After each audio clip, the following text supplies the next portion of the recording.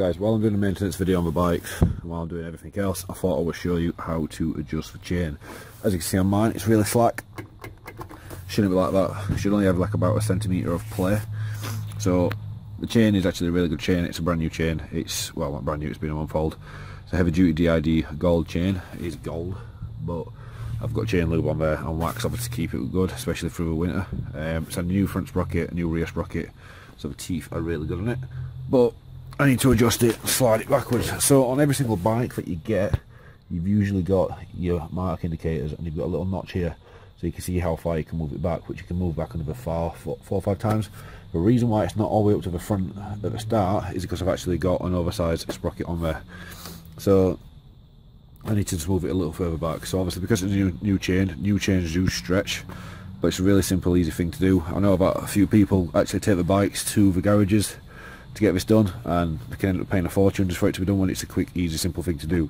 So some people say to have your bike lifted off the ground. I say you don't need to do that.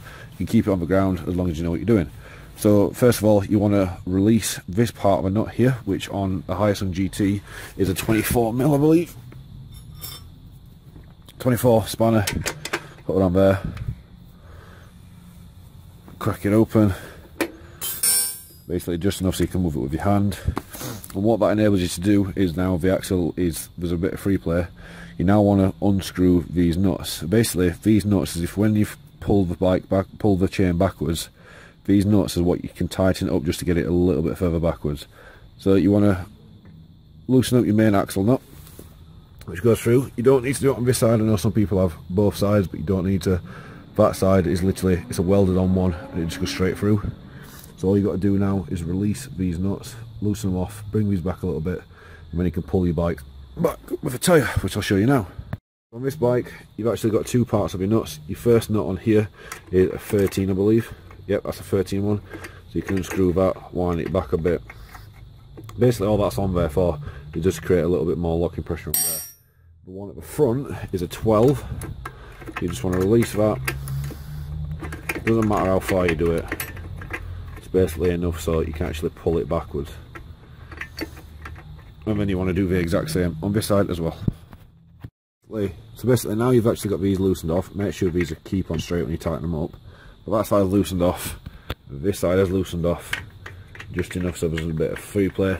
And this is why people say to have it off the ground, because what you want to do is get both your hands around and you want to pull the wheel backwards. Now obviously if this is off ground it's a lot easier to do, but if you've got a bit of strength you can pull it back when it's on the floor. So I'm going to pull this back now and then I'll show you the difference from the chain being slack like that to being at the right slackness when it needs to be. So I've pulled the chain backwards so it's not as loose. Basically on this side you're on your second mark, where that's line part, it's not lined up to the second mark. And this one, it's on number 3. So what I want to do to make sure they're aligned is just tighten this first nut up until, and you'll see when you tighten it up, the chain is getting tighter and this part is moving further back. So what I do is I'm basically moving this side further back so it's on the second notch. And the tighter, the chain will get tighter. Now that chain is too tight, so I know that that's on notch 3. So on this side, I'm going to loosen this off so this brings it back to number 3. So guys, all I like to do is adjust each side of these, and now it's bang on 3 on this mark, and when you go to the other side, it is bang on 3 on that side.